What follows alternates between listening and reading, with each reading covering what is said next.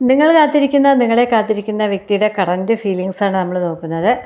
അതിനുവേണ്ടി പ്രാർത്ഥിച്ചാണ് ഇവിടെ തുടങ്ങുന്നത്. മെമ്പർഷിപ്പ് എടുത്തവർക്ക് വേണ്ടി പ്രത്യേക പ്രാർത്ഥനാ പൂജകളൊക്കെ ചെയ്യുന്നുണ്ട്. നിങ്ങളുടെ കാര്യങ്ങൾ നടക്കുമെന്നാണ് വിചാരിക്കുന്നത്. നിങ്ങൾ കൂടി ഒന്ന് പ്രാർത്ഥിക്കുക, പോസിറ്റീവായിരിക്കുക, എല്ലാം ഓക്കെ ആവും. ചാനൽ ആദ്യമായിട്ട് കാണുന്നവരാണെങ്കിൽ സബ് ചെയ്ത ശേഷം മാത്രം കാണുക. അപ്പോഴാണ് നിങ്ങളുടെ എനർജി, നിങ്ങൾക്ക് വേണ്ടിയുള്ള കാർഡുകൾ, നിങ്ങൾക്ക് വേണ്ടിയുള്ള മെസ്സേജുകളൊക്കെ വരിക. ഇവിടെ പവർഫുള്ളായ കാർഡുകളാണ്. നടക്കാൻ പോകുന്ന പല കാര്യങ്ങളും ഈ കാർഡുകളിൽ കാണിച്ചു തരാറുണ്ട്. ഇവിടെ പ്രണയത്തിനാണ് പ്രാധാന്യം കൊടുക്കുന്നത്. അവസാനം വരെയും പലതരം കാർഡുകൾ എടുക്കുന്നുണ്ട്. ലവ് മെസ്സേജുകൾ അവസാനം വരെയും കാണുക. ഇടയ്ക്ക് കരിയർ, ഹെൽത്ത്, പൊതുവായ കാര്യങ്ങൾ കൂടി പറയുന്നുണ്ട്.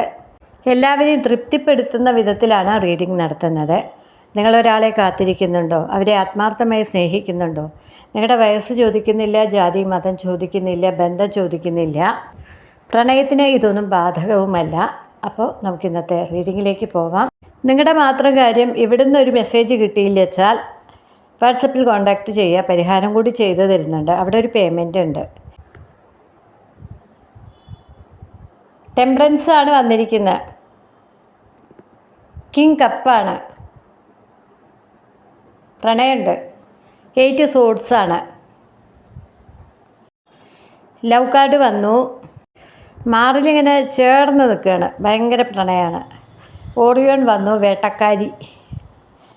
പിന്നാലെ ഓടിച്ചിട്ട് പിടിക്കുക എന്നറിയില്ലേ. കിങ് കപ്പ് വന്നു. ഫുൾ കാർഡ് വന്നു. വട്ടപ്പൂജയായി മാറി. കിങ് വാണ്ട് വന്നു. കുറച്ച് തണ്ടുള്ള പാരൻസ് ആവാം. 9 വാണ്ട്. ഭയങ്കര തളർച്ചയാണ്. Knight cup. 7 of cup. Atham, Rohini, Thiruvonam, Bharani, Pooram, Pooradam, Karthika, ഉത്രം, ഉത്രാടം. ഇതൊക്കെയാണ് നാളുകൾ.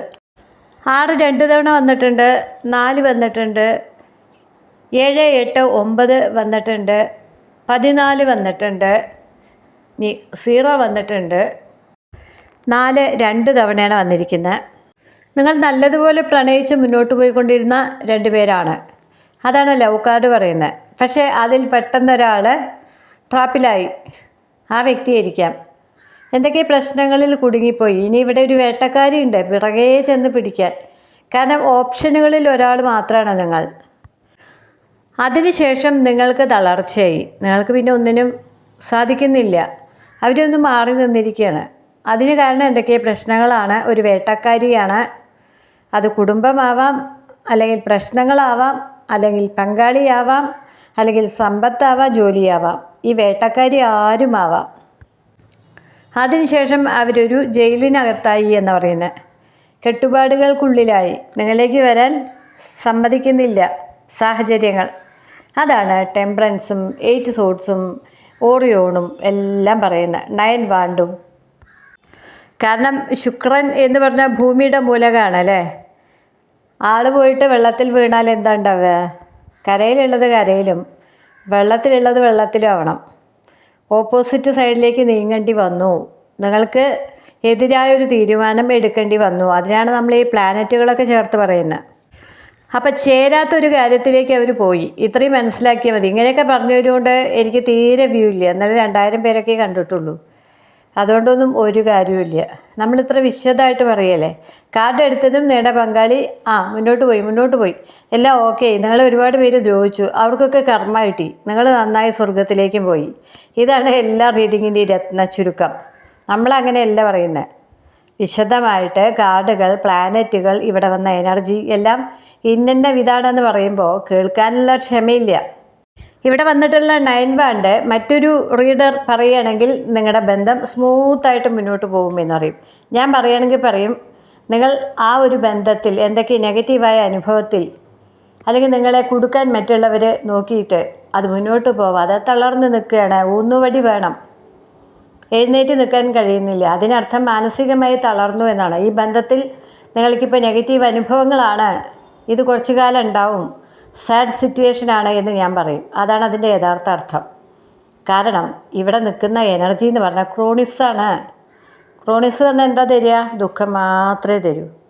സമ്പന്നനെ ദരിദ്രനാക്കും, പ്രണയിയെ വിരഹിയാക്കും. ഭാര്യയും ഭർത്താവും കൂടി ഒന്നിച്ച് ജീവിക്കുകയാണെങ്കിൽ ഇരുവഴി പിരിക്കാൻ എന്തെങ്കിലും വഴിയുണ്ടോ നോക്കും. ഇനി അങ്ങനെ കഴിഞ്ഞില്ലെങ്കിൽ ഒരാളെ അങ്ങ് കൊന്നുകളയും. ഇതുപോലെയൊക്കെ ക്രൂരമായ മനസ്സുമായി നിൽക്കുന്ന ഒരാൾ ഒരു കാർഡിൽ വന്നു കഴിഞ്ഞാൽ നിങ്ങൾ കേൾക്കുന്നത് ഇതാണ്: നിങ്ങളെ പണി തന്നവരൊക്കെ കർമ്മ അനുഭവിക്കാൻ തുടങ്ങി, അതുകൊണ്ട് നിങ്ങൾക്ക് സ്വർഗമാണ്. ഇനി മുതൽ ആ വ്യക്തിയുടെ മാറിൽ നിങ്ങളിങ്ങനെ ചേർന്ന് നിൽക്കും എന്ന് പറയും. അത് പറയാൻ പറ്റിയ കാർഡല്ല 9 വാണ്ട്. അപ്പോൾ നമ്മളിങ്ങനെ വിശദമായിട്ടും വ്യക്തമായിട്ടും പറയുന്നതാണ് നമ്മുടെ കുഴപ്പം. അതെന്തെങ്കിലും ആവട്ടെ. ഇവിടെ വന്നിരിക്കുന്നു അടുത്ത കാർഡായ കിങ് കപ്പ്. കിങ് കപ്പ് എന്ന് പറഞ്ഞാൽ തരാൻ കഴിയാത്ത പ്രണയം, തരണം എന്ന ആഗ്രഹമുണ്ട്. കിങ് കപ്പാണ്, ഭർത്താവാണ്. കിങ് കപ്പ് 2 വന്നിരിക്കുന്നത്. അപ്പോൾ വിവാഹ ഇതര ബന്ധമാണ്. അതുകൊണ്ടാണ് നിങ്ങൾക്ക് അധികാരഭാവത്തിൽ അവരെ കൈയെടുക്കാൻ കഴിയാത്തത്. നിങ്ങൾക്ക് തളർച്ചയാണ് വരുന്നത്. അവരിലേക്ക് പോകുമെന്ന് പറഞ്ഞാൽ 9 വാണ്ടാണ്. ഊന്നുവടി വേണം, മനസ്സിലായില്ലേ? മനസ്സിന് ധൈര്യം വേണം. കാരണം അവർ എൻഗേജ്ഡ് ആണ്, മറ്റൊരു ബന്ധത്തിൽ മുന്നോട്ട് പോകുന്ന ഒരാളാണ്. ഒരു കാരണവശാലും നിങ്ങൾക്ക് ധൈര്യസമേതം മറ്റുള്ളവർ കാണിച്ചാൽ ഇവരിൽ ഒരധികാരവും കാണിക്കാൻ പറ്റില്ല. അതാണ് 9 വാണ്ട് പറയുന്ന മറ്റൊരു സന്ദേശം.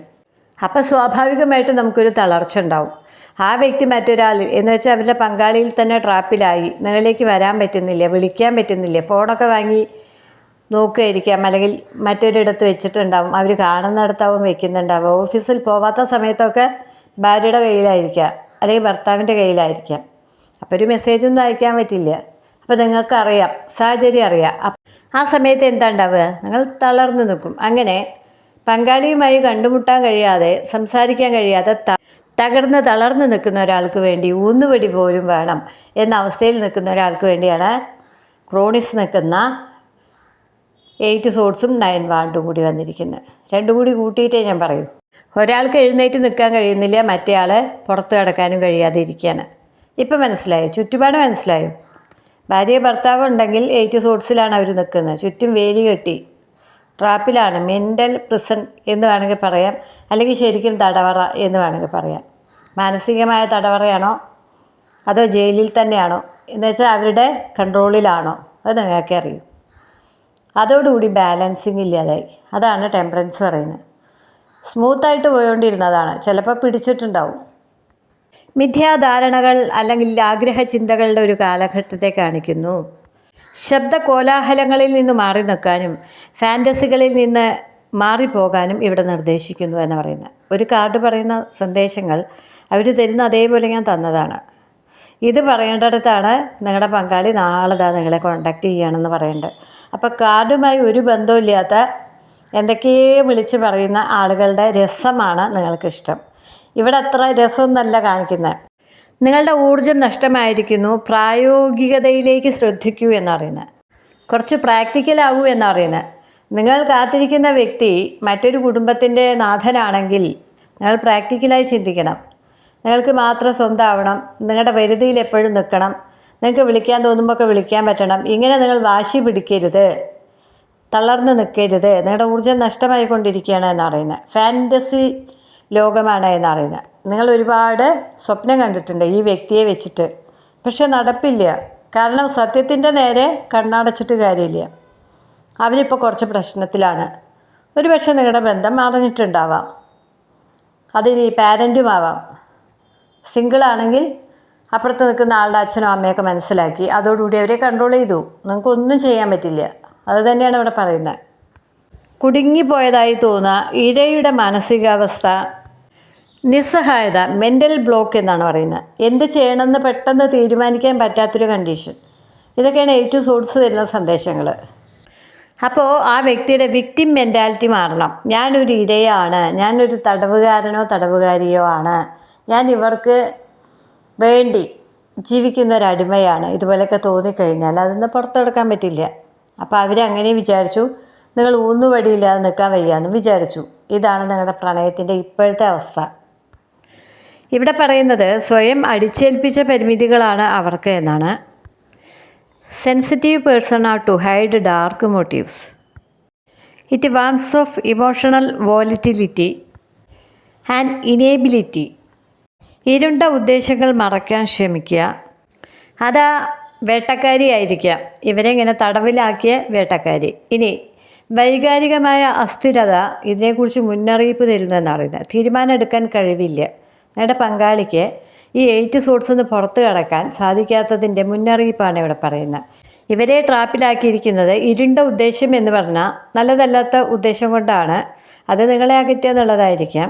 ഇനി പങ്കാളി ഇല്ലാത്തവരാണെങ്കിലും, ഉള്ളവരാണെങ്കിൽ പിന്നെ അവരുടെ അധീനതയിലാണല്ലോ ഇവർ. ഇനി മറ്റൊന്ന് പറയുന്നു, നിങ്ങൾക്ക് കഴിവില്ലായ്മയാണെന്ന്. അപ്പോൾ ഈ കിങ് രാജാവിനെ കുറിച്ചാണ് ഇവിടെ പരിഹാസത്തോടുകൂടി പ്രപഞ്ചം പറയുന്നത്. ഈ കപ്പ് കയ്യിലിരുന്നിട്ട് കാര്യമില്ല. 8 സോഡ്സിലാണ് അവർ നിൽക്കുന്നത്. ട്രാപ്പിലായ പോലെ മെൻ്റൽ പ്രിസണിനകത്ത് കിടന്നു കഴിഞ്ഞാൽ അവരതിൽ തന്നെ കിടക്കും. കിങ് കപ്പ് കയ്യിലെ കപ്പ് ഇങ്ങനെ പിടിച്ചുകൊണ്ടിരിക്കും. കഴിവില്ലായ്മ എന്നാണ് അവിടെ പറയുന്നത്, പരിഹസിക്കുകയാണ്. അവർക്ക് ഇത്തിരി ധൈര്യമൊക്കെ വേണ്ടേ? ഞാനൊരു തടവറയിലാണ്, ഞാനൊരു വിക്റ്റിമാണ്, ഇര എന്ന് വിചാരിച്ചിരുന്നാൽ ഒരാൾക്കും ജീവിതത്തിൽ വിജയം ഒരു കാര്യത്തിലുണ്ടാവില്ല. ഇനി പ്രണയത്തിൽ മാത്രമല്ല, ഇതുപോലെ ഒരു വ്യക്തിയാണ് അപ്പുറത്തെന്നാണ് പറയുന്നത്. ഒരു മണകൊണാഞ്ചൻ എന്ന് വേണമെങ്കിൽ നമുക്ക് പറയാം. അതാണ് 2 കാർഡിലും കരങ്ങിയിരിക്കുകയാണ് കപ്പും കയ്യിൽ വെച്ച്. ഇതെങ്ങനെ കൊടുക്കാൻ പറ്റും എന്നാണ് അയാളുടെ ചിന്ത. അയാളുടെ മനസ്സുകൊണ്ട് ഒരു ജയിൽ തീർത്തിരിക്കുകയാണ്. ഞാനൊരു ഇരയാണ്, മറ്റൊരാളുടെ തടവുകാരനോ തടവുകാരിയോ ആണ്, എനിക്കൊരിക്കലും അവരിലേക്ക് എത്താൻ കഴിയില്ല. ഇങ്ങനെ കരഞ്ഞു കഴിഞ്ഞാൽ ആരെങ്കിലും കൊണ്ടുപോയി ഇന്നാ പിടിച്ചോ നിങ്ങളുടെ പങ്കാളി എന്ന് പറഞ്ഞ് കൊടുക്കുമോ? ഇല്ലല്ലോ. അവർ തന്നെ ചിന്തിക്കണ്ടേ? അപ്പോൾ അവർ തന്നെ തടയിട്ട് അവർ തന്നെ കരഞ്ഞുകൊണ്ടിരിക്കുന്നതായിട്ടാണ് ഇവിടെ പറയുന്നത്. ഇവരോട് വീണ്ടും പരിഹാസത്തോടു കൂടി പറയുന്നു, പാർട്ട്ണർ ലീഡിങ് യു എന്ന്. പങ്കാളി ഇവരെ ഭരിക്കുകയാണ്. ഇത് കാരണം ഫോളിങ് ടു കമ്മിറ്റ് എന്നാണ് പറയുന്നത്. നിങ്ങളുമായിട്ടുള്ള ആ ബന്ധം മുന്നോട്ട് കൊണ്ടുപോകുന്നതിൽ പരാജയപ്പെടുന്നു. പക്ഷേ അയാൾ ഒരുപാട് ഫാൻറ്റസി മനസ്സിൽ സൂക്ഷിക്കുന്നു എന്നാണ് പറയുന്നത്. They are caught up in fantasies. സ്വപ്നങ്ങൾ ഒരുപാട് കാണുന്നുണ്ട്. അതിൽ നിങ്ങൾ രണ്ടുപേരും ഒരുമിച്ചാണ് ജീവിക്കുന്നത്. മാറോട് ചേർത്ത് നിർത്തിയിട്ടുണ്ട്. ഇതൊക്കെ ഭാവനയിൽ മാത്രമേ ഉള്ളൂ. പ്രവർത്തിക്കാൻ കഴിവില്ലാത്തൊരു വ്യക്തിയാണ്. അപ്പോൾ നിങ്ങൾ പ്രണയിക്കുമ്പോൾ ഇത്തിരി ഉശിരുള്ള ആൾക്കാരെ പ്രണയിക്കുക. ഇവിടെ എനർജിയൊക്കെ ലോസായി, ശുക്രൻ വേണമെങ്കിൽ വെള്ളത്തിൽ വീണിട്ടുണ്ടാവുക, അല്ലെങ്കിൽ വായുവിൽ പൊങ്ങി പറന്നു പോവുകയായിരിക്കാം. മനസ്സിലായില്ലേ? അവനവൻ ഇരിക്കേണ്ടടുത്ത് ഇരുന്നില്ലെങ്കിൽ, ഇനിയൊരു പഴഞ്ചൊല്ല് ഞാൻ പറയാം, താനിരിക്കേണ്ടടുത്ത് താനിരുന്നില്ലെങ്കിൽ അവിടെ ആരാ കയറിയിരിക്കുക? അതുപോലുള്ള ഒരാളാണ്. അവർക്ക് അവസരങ്ങളൊക്കെ പ്രപഞ്ചം കൊടുക്കുന്നുണ്ട്, പക്ഷേ മിസ്യൂസ് ചെയ്യുകയാണ്. ഞാൻ ഇരയാണ്, ഞാൻ തടവിലാണ്, എനിക്കൊന്നിനും കഴിവില്ല, എനിക്കിത് കൊടുക്കാൻ പറ്റില്ല. എന്നാലോ കൊടുക്കേണ്ട കാര്യങ്ങളെക്കുറിച്ച് ഒരുപാട് ഭാവനയും കാണുക. മനസ്സിലായില്ലേ? സ്വപ്നം കാണാൻ മാത്രം കഴിവുള്ള ഒരാളാണ് ഈ കിങ് കപ്പ്. കിങ് വാണ്ടെന്ന് പറഞ്ഞാലോ തണ്ട് കൂടുതലുള്ള ആളുമാണ്. മനസ്സിലായില്ലേ? ഈ പങ്കാളി ഭയങ്കര തണ്ടുള്ള ആളായിരിക്കും. ഇവിടെ കിങ് പാണ്ടാണ് എന്ന് പറഞ്ഞതോട് അപ്പുറത്തിരിക്കുന്നത് പുരുഷനാണ് എന്ന് വിചാരിക്കരുത്. സ്ത്രീ തന്നെ ഇരിക്കുക. പുരുഷന്മാരെക്കാൾ തണ്ടുള്ള സ്ത്രീകളുണ്ടാവും. അതുപോലുള്ള ഒരാളുടെ കയ്യിൽ ഇവരിങ്ങനെ സ്റ്റക്കായി നിൽക്കുകയാണ്. അതിൽ നിന്ന് പുറത്ത് കിടക്കാൻ വെറുതെ സ്വപ്നം മാത്രം കണ്ടുകൊണ്ടിരുന്നാൽ പറ്റില്ല, പ്രവർത്തിക്കണം. പാർട്ട്ണർ മേ ബി ട്രാപ്പിഡ് എന്നാണ് പറയുന്നത്. ഒരു പക്ഷേ ട്രാപ്പിലായിട്ടുണ്ടാവാം എന്നാണ്. അല്ലെങ്കിൽ അയാളുടെ വെറും തോന്നലുകൾ മാത്രമായിരിക്കാം. അയാൾക്ക് അതിനുള്ള വഴികൾ ധാരാളം ഉണ്ടേ, നിങ്ങളിലേക്ക് എത്താനുള്ള വഴി. ഇന്നത്തെ കാലമല്ലേ, സ്വാതന്ത്ര്യമില്ലാതെ ആരും ജീവിക്കില്ല. ഇവിടെ നയൻവാർഡ് നിങ്ങളോട് പറയുന്നു, ഇത് നിങ്ങളുടെ ചിന്തയാണ്. ബ്രോക്കൺ കണക്ഷൻ, ബ്രോക്കൺ ട്രസ്റ്റ്, ഇത് രണ്ടുമാണ് നിങ്ങളുടെ മനസ്സിലിപ്പോൾ ഉള്ള ചിന്ത. തകർന്ന വിശ്വാസമാണ്, തകർന്ന ബന്ധമാണ്. അപ്പോൾ നിങ്ങൾക്കും ഇതിൽ നിന്ന് പുറത്ത് കിടക്കാൻ പറ്റുന്നില്ല. അപ്പോൾ നിങ്ങൾ ചെയ്യുന്നത് എന്താണ്? Choosing to stay in a toxic situation എന്നാണ്. ഈ വിഷമകരമായ സാഹചര്യത്തിൽ തുടരാൻ നിങ്ങൾ നിർബന്ധിക്കപ്പെടുകയാണ്. അതിൽ തന്നെ തുടർന്ന് പോയിക്കൊണ്ടിരിക്കുകയാണ്. നിങ്ങൾക്കും അതിൽ നിന്ന് പുറത്തെടുക്കാൻ പറ്റുന്നില്ല, അവർക്ക് മറ്റൊരാളിൽ തടവിലായ അവസ്ഥയൊന്നും പുറത്തെടുക്കാൻ പറ്റുന്നില്ല. അപ്പോൾ അക്കരെ ഇക്കരെ നിന്നാലെങ്ങനെ ആശ തീരും എന്നാണ് ഇവിടെ ചോദിക്കുന്നത്. ആൾക്കും ധൈര്യമില്ല, നിങ്ങൾക്കും ഇത് പുറത്ത് കിടക്കാനെങ്കിലും ധൈര്യം ഉണ്ടെങ്കിൽ അയാളൊന്ന് ധൈര്യപ്പെട്ടേനെ. ഞാൻ ഈ ബന്ധത്തിൽ നിന്ന് മാറിപ്പോവുകയാണെന്ന് നിങ്ങൾ വിചാരിച്ച് ഒന്ന് മാറി നിന്ന് കഴിഞ്ഞാൽ അയാൾക്ക് നിങ്ങളുടെ മാറ്റം മനസ്സിലാവും. കാരണം നിങ്ങളൊരു സോൾമേറ്റുകളാണ്. അങ്ങനെ മാറ്റം മനസ്സിലാവുമ്പോൾ അയാൾക്ക് തനിയൊരു ധൈര്യം വരും. അങ്ങനെ ധൈര്യം വരുമ്പോൾ ഈ സ്റ്റക്കായ സിറ്റുവേഷനിൽ നിന്ന് പുറത്ത് കിടക്കും. അപ്പോൾ നിങ്ങളിലേക്ക് വരും. അപ്പോൾ നിങ്ങൾക്ക് അവരെ കിട്ടും. അപ്പോൾ നിങ്ങൾക്കും ഇതിൽ നിന്ന് പുറത്തെടുക്കാൻ പറ്റുന്നില്ല, അയാൾക്ക് അതിൽ നിന്ന് പുറത്തെടുക്കാൻ പറ്റുന്നില്ല. നിങ്ങൾക്ക് ഈ വിഷമകരമായ അല്ലെങ്കിൽ ടോക്സിക് സിറ്റുവേഷൻ എന്ന് പറഞ്ഞാൽ ഒന്ന് വിളിച്ചാൽ ഫോൺ എടുക്കില്ല, ഒന്ന് വിളിക്കാൻ അയാൾക്ക് സാധിക്കുന്നില്ല, ഒന്ന് കാണാൻ പറ്റില്ല. പക്ഷേ രണ്ടുപേർക്ക് പ്രേമാണ്, ഇനി മൂത്ത പ്രേമാണ്. പക്ഷേ രണ്ടുപേർക്കും ഒന്ന് കാണാൻ പോലും, ഒന്ന് സംസാരിക്കാൻ പോലും ഒന്നും സ്വാതന്ത്ര്യമില്ലാതെ രണ്ടുപേരും ഓരോ തടവറയിൽ കിടക്കുകയാണ്. അപ്പോൾ നിങ്ങൾക്കെങ്കിലും അതൊന്ന് മാറിപ്പോയിക്കൂടെ എന്നാണ് ഇവിടെ ചോദിക്കുന്നത്. അവർക്കൊരു ധൈര്യം വരണ്ടേ? ശുക്രൻ വെള്ളത്തിൽ പെട്ട് കിടക്കുകയാണ്, ബുധൻ തീയിൽ പെട്ട് കിടക്കുകയാണ്, ശനി എവിടെയാണാവോ. അങ്ങനെ ഓരോരുത്തരെ പറ്റാത്ത സ്ഥലങ്ങളിൽ പോയി പെട്ടിരിക്കുക. ഞാൻ അടുത്ത വീട്ടിൽ പോയി, അടുത്ത വീട്ടിലെ ആൾ വേറൊരു വീട്ടിൽ പോയി, അവിടുത്തെ ആൾ മറ്റേ വീട്ടിൽ പോയി. എല്ലാവർക്കും അന്തം വിടലാണ് ഉണ്ടാവുക. അവനവൻ്റെ വീട്ടിലിരിക്കുമ്പോഴാണ് നമുക്ക് എന്തൊക്കെയാണ് വേണ്ടതെന്നുള്ള ബോധം ഉണ്ടാവുക. ഇത് കഞ്ചാവടിച്ച് കറങ്ങി നടക്കുന്ന പോലെ പ്ലാനറ്റുകളെല്ലാം പറ്റാത്ത രാശികൾ പോയി കൂടിയാൽ തോന്നാത്ത ചിന്തകളാണ് വരിക. ഞാൻ ട്രാപ്പിലായി എന്ന് ചിന്തിക്കും, ഞാൻ സ്റ്റക്കായി എന്ന് ചിന്തിക്കും. എന്നാൽ അപ്പുറത്തുള്ള ആൾ ഭയങ്കര ബോൾഡാണ്. അവിടെ ചിലപ്പോൾ ഡെവിളിൻ്റെ എനർജി ആയിരിക്കാൻ നിൽക്കുന്നുണ്ടാവുക. വേട്ടക്കാരിയുടെ പോലെ പിറകെ നടന്ന് വേട്ടയാടി പിടിക്കാൻ എനിക്ക് നല്ല ഇഷ്ടമാണെന്ന് പറഞ്ഞ് ഇരയെ ഓടിക്കുന്ന ഭാവമാണ് അവർക്ക്. മനസ്സിലായില്ലേ? അതാണ് കറുത്ത ഉദ്ദേശം എന്നൊക്കെ ഇവിടെ പറയുന്നത്. അതിൻ്റെ മലയാളം പറയുകയാണെങ്കിൽ തെറ്റായ ഉദ്ദേശമാണ്. അപ്പോൾ പറഞ്ഞു വന്നത് 8 സോഴ്സിൽ നിന്ന് ഇനി നമ്മൾ പുറത്ത് കിടന്നിട്ടില്ല. അത് അങ്ങനെ മാറോട് ചേർന്ന പ്രണയത്തിലേക്ക് വന്നു. പിന്നെ നൈറ്റ് കപ്പായി. നിങ്ങളിങ്ങനെ സ്റ്റക്കായി നിൽക്കുന്ന ആൾ മനസ്സുകൊണ്ട് അയാളുടെ പിറകെ സഞ്ചാരം തുടങ്ങി. 7 കപ്പാണ്. അയാൾക്ക് ധാരാളം ഓപ്ഷനുകളുണ്ട്. ഇനി ഇപ്പോഴത്തെ ഒരു കിങ് കപ്പും കൂടി ഇരിക്കുന്നുണ്ട്. ഈ കപ്പ് ഇങ്ങനെ പിടിച്ചവിടെ ഇരുന്നോട്ടെ. ഇനിയാണെങ്കിൽ രാഹുകേതുക്കളാണ് വന്നിരിക്കുന്നത്. തലയില്ലേ വാലുമില്ല. അതുപോലുള്ളൊരു പ്രണയമാണെന്ന് ഇവിടെ വന്നിരിക്കുന്നത്. 2 പേർക്കും ഇതിന്ന് പുറത്ത് കിടക്കാനും പറ്റില്ല. 2 പേർക്ക് ഇത് മുന്നോട്ട് കൊണ്ടുപോകാനും പറ്റില്ല. കച്ചിട്ടിറക്കാനും മതിരിച്ചിട്ട് തുപ്പാനും വയ്യ. അപ്പോൾ ഞാൻ പറഞ്ഞതുപോലെ പറ്റാത്ത വീടുകളിൽ പോയിട്ടുള്ള പ്ലാനറ്റുകളെ പോലെയാണ് ഇപ്പം നിങ്ങൾ 2 പേരും നിൽക്കുന്നത്. നിങ്ങൾക്ക് എന്ത് തീരുമാനം എടുക്കണം എന്നറിയില്ല, എങ്ങനെ മുന്നോട്ട് പോകണമെന്ന് അറിയില്ല. ആകെ തപ്പി തടഞ്ഞുകൊണ്ട് എന്ത് വേണമെന്നറിയാത്തൊരവസ്ഥ തന്നെയാണ് ഇവിടെ. ക്രോണിസ് കാണിക്കുന്നു, ഹെർമിസ് കാണിക്കുന്നു, ഇനി മറ്റ് പലരും കാണിക്കുന്നു. ഹേഡിസ് വന്നിട്ടുണ്ട്. അങ്ങനെ പല ആളുകളും ഇവിടെ നിൽക്കുന്നുണ്ട്. അപ്പോൾ ഇതൊക്കെയാണ് ഇന്നത്തെ റീഡിങ്ങിൻ്റെ അവസ്ഥ. പട്ടപൂജയായി മാറി, ബ്ലാങ്കാണ്. മനസ്സിലായോ? അത് തന്നെയാണ് ഇത്ര നേരം ഞാൻ പറഞ്ഞു തന്നത്. ആ ശൂന്യതയിലേക്ക് നോക്കി 2 പേരും ഇരിക്കുകയാണ്. അവിടെ നിങ്ങളെ കാണുന്നുണ്ടോ? ഇവിടെ മായക്കാഴ്ചയൊന്നുമില്ല, ഛായാമുഖിയൊന്നും അല്ല കൊണ്ടുവന്ന് വെച്ചിരിക്കുന്നത്. ഒന്നും കാണുന്നില്ല, പ്ലെയിനാണ്. അപ്പോൾ എനിക്ക് തോന്നുന്നത്, ഇവിടുത്തെ മെസ്സേജുകളെല്ലാം കൂടി കണ്ടിട്ട് തോന്നുന്നത്, നിങ്ങൾ പങ്കാളിയും കൂടി സ്മൂത്തായിട്ട് പോയിക്കൊണ്ടിരിക്കുമ്പോൾ ഒരുപക്ഷെ വീട്ടുകാരറിഞ്ഞു, അല്ലെങ്കിൽ പങ്കാളി തന്നെ അറിഞ്ഞു. ആ അവസ്ഥയിൽ അവരെ ട്രാപ്പിലാക്കി, എന്നുവെച്ചാൽ അവരെ കൺട്രോൾ ചെയ്യാൻ തുടങ്ങി. അതോടുകൂടി നിങ്ങൾക്ക് അവരെക്കുറിച്ചുള്ള ഒരു വിവരം അറിയാൻ പറ്റില്ല. ബ്ലോക്ക് ചെയ്ത് കഴിഞ്ഞാൽ പറ്റില്ല. ഇനി അവർക്ക് നിങ്ങളെക്കുറിച്ചുള്ള ഒരു വിവരം അറിയില്ല. അതാണ് ഞാൻ പറഞ്ഞത്, തപ്പിത്തടയുകയാണെന്ന്. അപ്പോൾ 2 പേര് വിവരം അറിയാൻ വേണ്ടി വേദനയോടുകൂടി കാത്തിരിക്കുന്ന, അല്ലെങ്കിൽ ശൂന്യമായ മനസ്സോടുകൂടി എന്ത് വേണമെന്നറിയാതെ തീരുമാനം എടുക്കാൻ കഴിയാത്തൊരവസ്ഥയിൽ നിൽക്കുന്നതായിട്ടാണ് ഇവിടെ കാണുന്നത്. അപ്പോൾ പ്രണയത്തിനെ ഞാൻ അർബുദത്തിനോടുകൂടി ഉപമിക്കുകയാണ്. നിങ്ങൾക്കത് ഇഷ്ടപ്പെടില്ല. അർബുദം എന്ന് പറഞ്ഞാൽ നമ്മളെ കാർന്ന് തിന്നുന്ന രോഗം തന്നെയാണ് അല്ലേ, ക്യാൻസർ. അത് നമ്മുടെ ശരീരത്തെ എവിടെയെങ്കിലും ഒരു കുഞ്ഞു ജീരകത്തിൻ്റെ വലുപ്പത്തിൽ വന്നാൽ മതി, അത് നമ്മളെ മൊത്തം വിഴുങ്ങാൻ പാകത്തിൽ വളർന്ന് വലുതായിക്കോളും. അപ്പോൾ ആദ്യം തന്നെ നമുക്കത് മനസ്സിലാവുന്നു. ഡോക്ടറെ കാണിക്കുന്നു, അത് കട്ട് ചെയ്ത് കളയുന്നു അല്ലേ, അവിടുന്ന് അങ്ങ് കട്ട് ചെയ്ത് കളയും. എന്നാൽ സ്ഥിരമായിട്ട് ഡോക്ടറെ കാണിക്കുക, ചെക്കപ്പ് ചെയ്യുക, അതിനെക്കുറിച്ച് സ്കാനിങ് ചെയ്യുക, ഇങ്ങനെയുള്ള മെഡിസിനിലൂടെ കടന്നു പോയിക്കൊണ്ടിരിക്കണം. എപ്പോഴെങ്കിലും നമ്മുടെ ശ്രദ്ധ ഒന്ന് തെറ്റിക്കഴിഞ്ഞാൽ ഇത് അറ്റാക്ക് ചെയ്തിട്ടുണ്ടാവും, വീണ്ടും മുളയ്ക്കും. അത് ചെതൽ തട്ടുന്നത് പോലെയാണ്. ചെതൽ തട്ടി നമ്മൾ മണ്ണെണ്ണ ഒഴിച്ചാലും ആ മണ്ണെണ്ണയുടെ ആ ഒരു, അല്ലെങ്കിൽ എന്തെങ്കിലും എറുമ്പ് പൊടി എന്തെങ്കിലും ഇട്ടാലും അതിൻ്റെ എഫക്റ്റ് കഴിഞ്ഞാൽ വീണ്ടും അത് മുളച്ച് പൊന്തിക്കോളും. അതുപോലെയാണ് ഈ സൂക്കട്. പിന്നെ അത് വ്യാപിച്ച് നമ്മൾ ശ്രദ്ധ ഒന്ന് തെറ്റിക്കഴിഞ്ഞാൽ നമ്മളെ മുഴുവനായിട്ട് വിഴുങ്ങും. അത് തന്നെയാണ് പ്രണയം. ആദ്യം ഒരു തോന്നലുണ്ടായി, അപ്പം തന്നെ തുടച്ച് നീക്കി ചിലർ. തുടച്ച് നീക്കിയ കഴിഞ്ഞു, വീണ്ടും ആ ചിന്ത ഉണ്ടാവും. അപ്പോൾ ആദ്യത്തേനേക്കാൾ 10 ഇരട്ടിയായിരിക്കാം ഇതിന് കരുത്ത്, ഈ പ്രണയത്തിന്.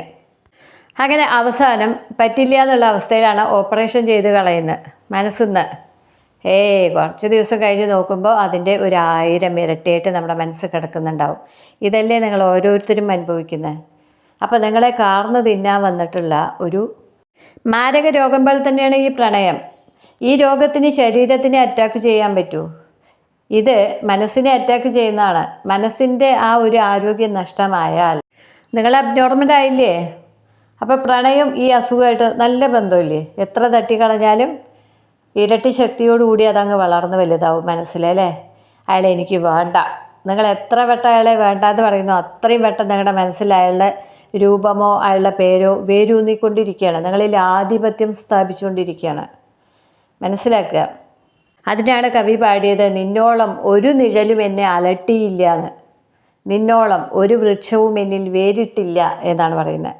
മനസ്സിലായോ? അതിൻ്റെ വേരുകൾ ഇങ്ങനെ പടർന്ന് മനസ്സിനെയും ശരീരത്തിനെയും അറ്റാക്ക് ചെയ്ത് അതിൽ നിന്ന് മോചനമില്ലാതെ അതിൽ തന്നെ കിടന്ന് അങ്ങ് മരണം സംഭവിക്കുക, അതാണ് പ്രണയം. അപ്പോൾ അത്ര വേദനാജനകമായ ഒരവസ്ഥയാണ് പ്രണയം എന്ന് പറഞ്ഞാൽ. മധുരം മാത്രമല്ല, വേദന ഉണ്ട്, മനസ്സ് കൊടുത്തു കഴിഞ്ഞാൽ ഭ്രാന്തമായ ഒരവസ്ഥയുണ്ട്. ഇനി ശരീരത്തിനെ അറ്റാക്ക് ചെയ്യും. നമ്മൾ നേരെ ഊണ് കഴിക്കില്ല, ഉറങ്ങില്ല, ചിന്തയിലാണ്. അപ്പോൾ നിങ്ങളുടെ ശരീരത്തിനെയും അറ്റാക്ക് ചെയ്യും. അപ്പോൾ കഴിയുമെങ്കിൽ ആരോഗ്യമുള്ള മനസ്സുള്ളവർ ആരും പ്രണയിക്കാതിരിക്കുക. അത്രയും ആരോഗ്യം ഉണ്ടാവും. വ്യായാമം ചെയ്യുക.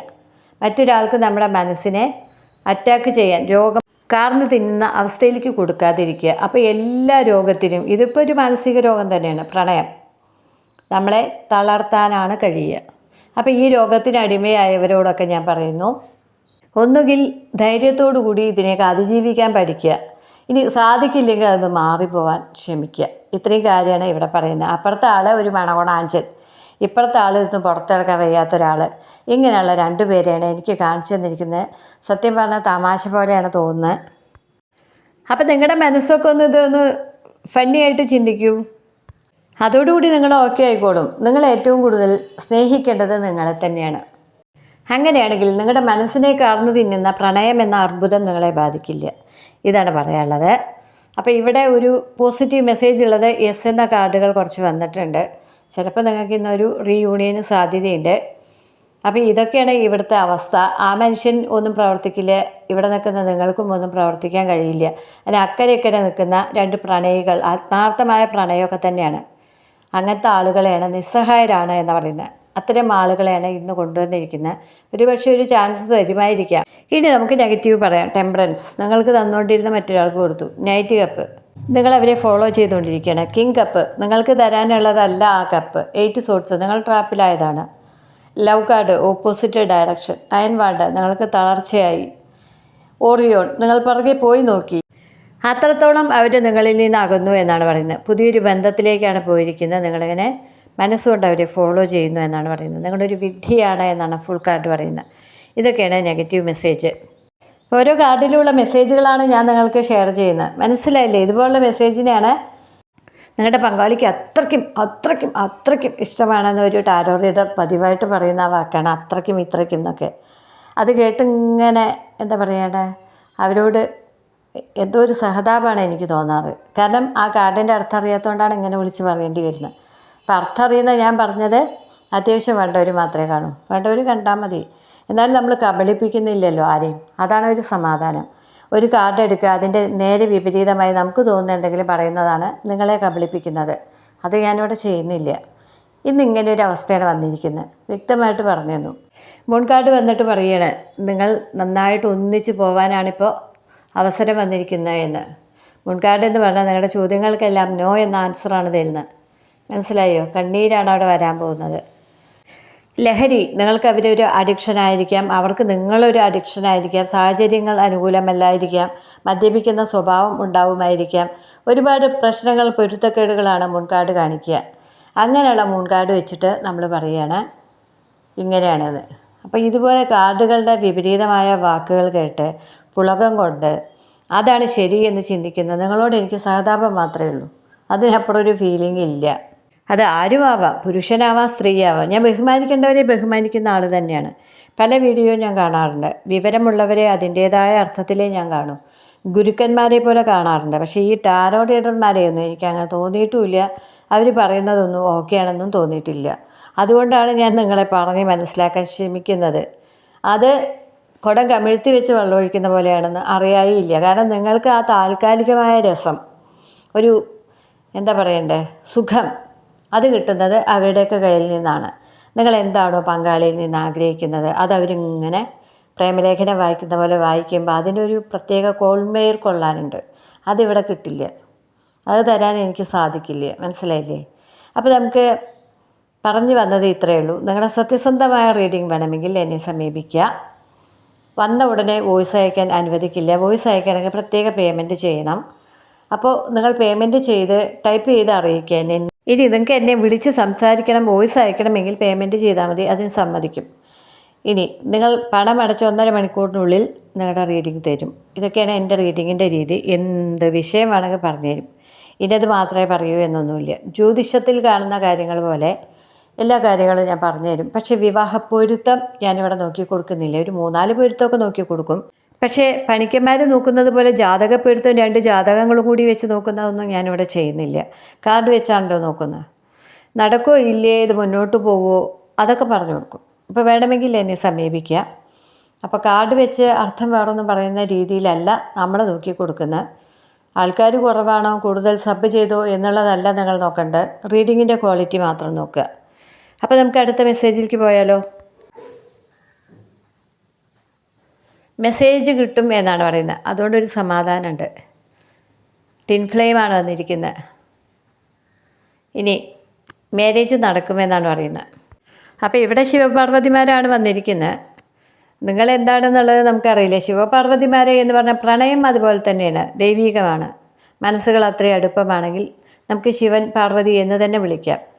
എന്നാൽ അതിൽ വേറെ ചില കാര്യങ്ങൾ വന്നു കൂടുമ്പോൾ നമുക്കത് മുഴുവനായിട്ട് പറയാൻ പറ്റില്ല. കർമ്മയാണ് എന്നൊക്കെ പറയേണ്ടി വരും. അപ്പോൾ നിങ്ങളുടെ ബന്ധം എന്താണോ അതുപോലെ എടുക്കുക. ആഞ്ജനേയൻ മെസ്സേജ് കൊണ്ടുവരും എന്നാണ് പറയുന്നത്. ശിവസുതൻ തന്നെയാണ് ആഞ്ജനേയൻ. അപ്പോൾ ശിവനും പാർവതിയും വന്നു, ആഞ്ജനേയനും വന്നു. അപ്പോൾ ആഞ്ജനേയനിൽ ശിവൻ്റെ ശക്തി എന്തുകൊണ്ടുണ്ടായെന്ന് ചോദിച്ചാൽ, രാമായണത്തിലെ രാമന് സഹായിയായിട്ട് ശിവൻ്റെ ശക്തി കൂടി വേണം. രാമൻ എന്ന് പറഞ്ഞാൽ മഹാവിഷ്ണുവാണ്. ഇത്രയും വലിയ സമുദ്രം ചാടിക്കടക്കാൻ ശിവനെ പോലുള്ള ശക്തിയുള്ള ആൾ അല്ലാതെ മറ്റൊരാൾക്ക് കഴിയുമോ? അതുകൊണ്ട് ശിവൻ്റെ ശക്തിയാണ് ആഞ്ജനേയനായി വന്നത്. അപ്പോൾ കഥയിൽ ഉള്ളിലേക്ക് ചെന്ന് കഴിഞ്ഞാൽ ഒരുപാടൊക്കെ പറയാനുണ്ട്. അതൊന്നും നിങ്ങൾക്ക് താല്പര്യമില്ല. ഇനി ഏതായാലും നമുക്ക് ഹെൽത്ത് കരിയർ നോക്കാം. ഇവിടെ വന്നിരിക്കുന്നു ഗർഭാശയ അണ്ഡാശയ സ്ഥാന ഫൈബ്രോയിഡുകൾ വന്നിട്ടുണ്ട്, ന്യൂമോണിയ വന്നിട്ടുണ്ട്, വരണ്ട ചുമ വന്നിട്ടുണ്ട്, ബോഡി പെയിൻ പനി വന്നിട്ടുണ്ട്. ഇനി കരൾ രോഗം മദ്യപാനമൊക്കെ വന്നിട്ടുണ്ട്. വൊമിറ്റിംഗ്, കുടൽ രോഗങ്ങൾ, വയറുവേദന, ഫുഡ് അലർജി, ഇതൊക്കെയാണ് ഇന്ന് രോഗമായി വന്നിരിക്കുന്നത്. വെള്ളത്തിലെ അപകടം ഒന്ന് സൂക്ഷിക്കാൻ പറയുന്നുണ്ട്. തീയിൻ്റെ അപകടം ഒന്ന് സൂക്ഷിക്കാൻ പറയുന്നുണ്ട്. ബ്ലഡ് ലോസ് ആണ് പറയുന്നത്. അപകടം, ആക്സിഡൻറ്റ് പറയുന്നുണ്ട്. അപ്പോൾ അതൊന്ന് സൂക്ഷിക്കുക. ജോലി വന്നിരിക്കുന്ന എഴുത്തുകാരാണ്, കലാകാരന്മാരാണ്, പത്രമാധ്യമങ്ങളൊക്കെ വന്നിട്ടുണ്ട്, എയർഫോഴ്സിലെ ജോലി വന്നിട്ടുണ്ട്, ഇന്ത്യക്ക് വെളിയിലെ ജോലി വന്നിട്ടുണ്ട്, മെഡിക്കൽ രംഗം വന്നിട്ടുണ്ട്. ഇതൊക്കെയാണ് ജോലി. പൊതുവായ കാര്യങ്ങൾ കുറച്ച് ക്ഷീണം പറയുന്നുണ്ട്, ബ്ലഡ് ലോസ് പറയുന്നുണ്ട്. ഓപ്പറേഷൻ പോലുള്ള കാര്യങ്ങളൊക്കെ നടത്തിയിട്ടുള്ള ആരും ഇത് കാണുന്നുണ്ട്. ആശുപത്രി കിടക്കയൊക്കെ ഞാൻ കാണുന്നുണ്ട് ഇവിടെ. അതും സർജറി കഴിഞ്ഞ് കിടക്കുന്ന ഒരാൾ ഇതുപോലുള്ള കാര്യങ്ങൾ കേൾക്കുന്ന പോലെയാണ്, അല്ലെങ്കിൽ അടുത്തിരിക്കുന്ന ആളായിരിക്കാം. ഇത് കേൾക്കുന്നു എന്നാണ് എനിക്ക് എനർജി ഇവിടെ വന്നിരിക്കുന്നത്. അവിചാരിത യാത്രകൾ പറയുന്നുണ്ട്, ട്രാപ്പിലാവാൻ സാധ്യതയുണ്ട് എന്ന് പറയുന്നുണ്ട്. നിങ്ങൾ തമ്മിൽ വഴക്കിടാൻ സാധ്യതയുണ്ട്. അത് പങ്കാളിയാവാം, വീട്ടുകാരാവാം. ഇതിൽ കൂടുതൽ എന്തെങ്കിലും അറിയണമെങ്കിൽ പണം അടച്ചിട്ട് നിങ്ങളുടെ കാര്യം നോക്കുക. ഇനി നമുക്ക് മാലാഖയുടെ മെസ്സേജ് നോക്കാം. ഇവിടെ എന്താ മാലാഖ പറയുന്നത്? പാഷനാണ്, നിങ്ങളോട് അഭിനിവേശമാണ്, സോൾമേറ്റാണ്, റിലീസ് യുവർ എക്സ് ആണ്, പാസ്റ്റ് ലൈഫാണ്, ജന്മബന്ധം. അപ്പോൾ ഇവിടെ പാർവതി പരമേശ്വരന്മാർ ജന്മബന്ധമാണല്ലോ, സോളുകളുടെ കണക്ഷനാണല്ലോ. ആ എനർജിയാണ് ഇവിടെ വന്നിരിക്കുന്നത്. ഇത് കാണുന്നവരെല്ലാം അങ്ങനെയാണെന്നൊന്നുമല്ല ഞാൻ പറയുന്നത്. ഒരാളെങ്കിലും അങ്ങനെ ഉണ്ടാവും. സ്പിരിച്വൽ ജേണി ആയിരിക്കാം. എനിക്ക് നിങ്ങളോട് പറയാനുള്ളത്, ആദ്യമായിട്ട് കാണുന്നവരെല്ലാം സബ് ചെയ്യുക, ലൈക്ക് ചെയ്യുക, സപ്പോർട്ട് ചെയ്യുക. ലൈക്കൊക്കെ കുറവാണ്, സബ് ചെയ്യൽ കുറവാണ്, സപ്പോർട്ട് കുറവാണ്, ആൾക്കാർ കുറവാണ് കാണുന്നുള്ളൂ. അപ്പോൾ ഇവിടെ പഞ്ചാര ഇല്ലല്ലോ, തേനും പാലൊന്നും ഒഴുക്കുന്നില്ല. അതിൻ്റെ കുറവ് എൻ്റെ ചാനലിലേക്ക് നോക്കിയാൽ കാണുന്നുണ്ട്. പണ്ടൊരു സ്വാമി പരിഹസിച്ച പോലെ. അയാൾക്ക് ഒരുപാട് ലക്ഷം പേര് ഫോളോ ചെയ്യുന്നുണ്ട്, പക്ഷേ ബുദ്ധി എന്നുള്ളത് ഇല്ല. കാരണം പല കാര്യങ്ങളും അയാൾക്ക് അറിയില്ല എന്നുള്ളത് ഞാൻ മനസ്സിലാക്കിയിട്ടുണ്ട്. ഒരു പൂജയ്ക്ക് പോയാൽ ലക്ഷങ്ങൾ വാങ്ങിക്കുന്ന ആളാണ് പോലീസിൽ ആയിരിക്കുന്നത്. പീഡനം, നമ്മുടെ സ്വാമിയാരിമാരൊക്കെ ആസാമ്യമാരാണ്, മനസ്സിലാക്കുക. അങ്ങനെ പല ചതികളും പല വഞ്ചനകളും നടക്കുന്ന ഒരു ലോകമാണ് വിശ്വാസത്തിൻ്റെ ലോകം. അവിടെയാണ് പറ്റിക്കപ്പെടാൻ എളുപ്പം. അപ്പോൾ അതുപോലെ വിശ്വാസത്തിൻ്റെ പേരിൽ നിങ്ങളെ 100-ൽ 150% പറ്റിക്കുന്ന ഒരു ഇടപാടാണ് ഈ ടാരോ റീഡിങ് എന്ന് പറഞ്ഞാൽ. കാരണം യഥാർത്ഥത്തിൽ പറയുകയാണെങ്കിൽ കുഴപ്പമില്ല, വളച്ചൊടിക്കുമ്പോൾ മെമ്മറീസാണ്, ഓർമ്മകൾ. വളച്ചൊടിക്കാതെ പറഞ്ഞാൽ കുഴപ്പമില്ല. റീകൺസിലേഷൻ. അപ്പോൾ കുഞ്ചൻ നമ്പ്യാരുടെ മനോഭാവമായിട്ടാണ് ടാരോ റീഡിങ്ങിന് ഇരിക്കുന്നത്. ദീപസ്തംഭം മഹാചര്യം. പ്രേമിക്കുന്നവരൊക്കെ പ്രേമിച്ചോ, അവിഹിതമുള്ളവരൊക്കെ അവിഹിതത്തിലൂടെ പോയിക്കോ, നശിച്ചോ, നിങ്ങൾ തല്ലി ചത്തോ, എനിക്കെന്താ, എനിക്കൊന്നേ വേണ്ടു. യൂട്യൂബിൽ നല്ല പേരും കിട്ടണം, നല്ല ഫോളോവേഴ്സും വേണം, അതിലൂടെ നല്ല കാശും കിട്ടണം. എൻ്റെ അടുത്ത് റീഡിങ്ങിന് വന്നാൽ 2 മെഴുതിരി ഞാൻ കൊളുത്തി വെച്ച് തരും, 5000 രൂപ തന്നാൽ മതി, നിങ്ങളുടെ എല്ലാ കാര്യവും സോൾവ് ആവും എന്ന് പറയുന്ന തരം മെൻറ്റാലിറ്റിയാണ് പലർക്കും. ഞാൻ ആരുടെയും പേര് ഇവിടെ പറയുന്നില്ല, ഒരു ചാനലിൻ്റെ പേര് ഞാൻ ഇവിടെ പറയുന്നില്ല. ഏകദേശം ഒരു ഉദാഹരണം പറയുക. ലോകം മൊത്തം ടാരോ റീഡർമാരുണ്ട്. അത് ഇംഗ്ലീഷ് ആവാം, ഹിന്ദി ആവാം, മലയാളം ആവാം, കന്നഡ ആവാം. അപ്പോൾ ഭാഷ പോലും ഞാനിവിടെ പറയുന്നില്ല. അതുകൊണ്ട് ആർക്കും നോവേണ്ട ആവശ്യമില്ല. നോവേണ്ടത് തെറ്റായ രീതിയിൽ പറഞ്ഞു കൊടുക്കുന്ന എല്ലാവർക്കും ഇത് കൊള്ളും, അത്രയേ ഉള്ളൂ. മനസ്സിലായില്ലേ? അപ്പോൾ നമുക്ക് ഇന്നത്തെ ഈ റീഡിങ് ഇവിടെ അവസാനിപ്പിക്കാം. കാഴ്ചക്കാരാണെങ്കിൽ എന്നെ തല്ലണ്ട അമ്മാവ, ഞാൻ നന്നാവില്ല എന്നും പറഞ്ഞ് നമ്മുടെ ഈ റീഡിങ്ങുകൾ 1 by 1 ആയിട്ട് എത്രണ്ണം കാണുന്നോ അതെല്ലാം കണ്ട് തല പെരുത്ത് കിക്കായി നടക്കും. അപ്പോൾ എല്ലാവരും അങ്ങനെ നടന്നോട്ടോ.